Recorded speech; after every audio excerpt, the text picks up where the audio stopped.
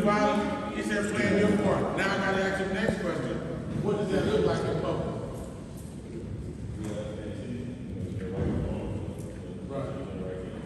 We were having discussions earlier that if you were having, say you and your partner, which means the girlfriend, boyfriend, whatever it is, had an argument, and you or her, or him, say, I'm gonna kill this man. Right? Somebody call the police. What is that charge? Attempted murder. No, not it's domestic violence, but there's a specific charge in given. It's under domestic violence, but it's called terrorist express. For saying it. Then you mess around and mean them. That's called menacing. Say if you and your significant other are having a heated debate, they're trying to leave from where you are. You grab them by the arm like this to stop them from going. What's that charge? Kidnapping. Literally kidnapping because there used to be you had to move with 3 feet. That's what I was going to ask you. What is that definition of kidnapping? Preventing a person from leaving. That's so you're trapping them or holding them hostage so they cannot leave. Literal charge. Now, I don't have my phone with me, but I bet you all of those can carry up to, I think they start at a minimum of 3 to 6 months. And they'll tell them how far they can go. Right? How many of you guys have criminal records? That's good to know. I'm gonna raise my hand. I don't have any fun. Yes, I do. Got one gun. The reason these workshops are valuable, the Hoops After Dark gets the grant money, but you get to learn tools because we're gonna need him to do the 5-year, 1-year, 5-year, 10-year thing. On that paper right there, brother. Write down what you want and your goals that you want in 1 year, then the next down a little bit, 5 years and 10 years. The goals. Put your names on there too. How many guys want to own a house? I asked this mom, how many want to own a house? I want to own a house, but that's another thing. I want to own my idea. Obviously, chicken be good with it. Now, if you go to jail, can you play the mortgage? Huh? Can you pay the mortgage? You go to jail, can you pay the mortgage? You can pay the mortgage, you got a bank account. But if you're in there for any substantial period of time, 18 months, next thing you know, somebody else will be living in your house. Somebody will be wearing your shoes. Right?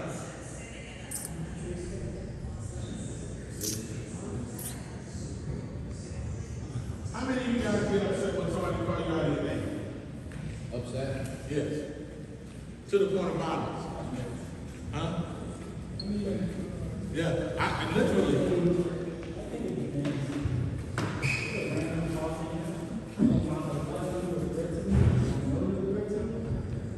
See, that's a different conversation. Because I'm going in. Right, I'm going in. Because that we're talking threats is a whole different thing. But if somebody just calls me that, I'm not moving. There are a whole lot of people right now that's locked away in jail. We were talking at my last workshop. I was talking about there's a young man. He just was released from prison after doing 14 years. It was his first offense. How many of y'all got 14 years to get? 14 years to get a system, prison. I ain't got 14 years to get prison as a prison guard. Because prison guards do time too. Right? I don't have that as a luxury. What are some of the things or vehicles or mechanisms you use to de-escalate things that are going on in your life? You're eating chicken right now. Relationship, Oh, right. Huh? I use my family, so I just talk about my family in certain situations. I use my relationship so I don't have to be in those type of situations. Or I get people that's rich, that know how to keep their money in their pocket, that know how to spin, they got a head on their shoulders. They don't want no violence. They want to be rich. So, my relationships. Okay, we did the thing, because before it used to be, hey, for kidnapping, it used to be 30 feet, right? You had to move somebody 30 feet. But now it says holding them against their will. The victim must have the consent of being moved going forward. So stopping someone from moving is kidnapping. Not any distance. You don't need no paper bag or no ropes or no chains or no duct tape or no bag over nobody's head. Or it could be pushing somebody too. Because if you move them from one place to another, All of those. So we have to really think. Now, many of the people in our workshops have been gangbangers, former gangbangers, right? Y'all might say, well, I don't gangbang, I ain't never banged. Well, I'm quite sure at one time in those brothers' lives, they did. They decided to and create a situation that moved them away from society. While they were down, they got an idea that something needed to change. And it was nothing outside of themselves, it was they knew they had to change, right? Each of those brothers that had those conversations with us in the workshops, you guys realize that each and all of them are business owners? What, two of them are business owners?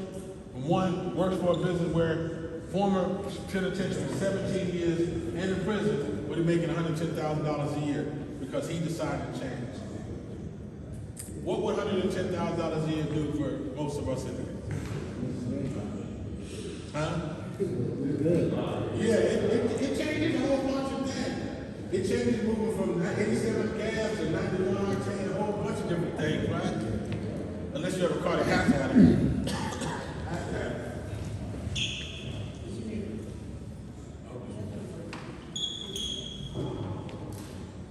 All right.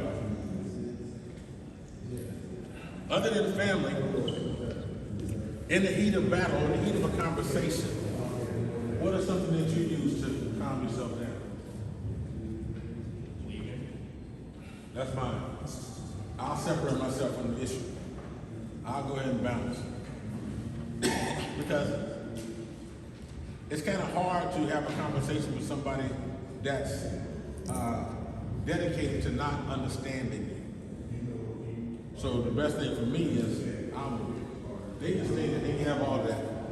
And I'll let them go ahead and do the wolf talk all they want. Just do not follow me as I'm leaving. We'll be good. Because how long does it take to get angry? seconds. Mere seconds. Sometimes it is so fast you don't realize it. Right? Somebody bump you, and you know that bump wasn't a regular bump. Right? The name calling is a good one. We talked about it earlier. If a white man called you nigga, or a white person called you nigga, you can get angry. Huh?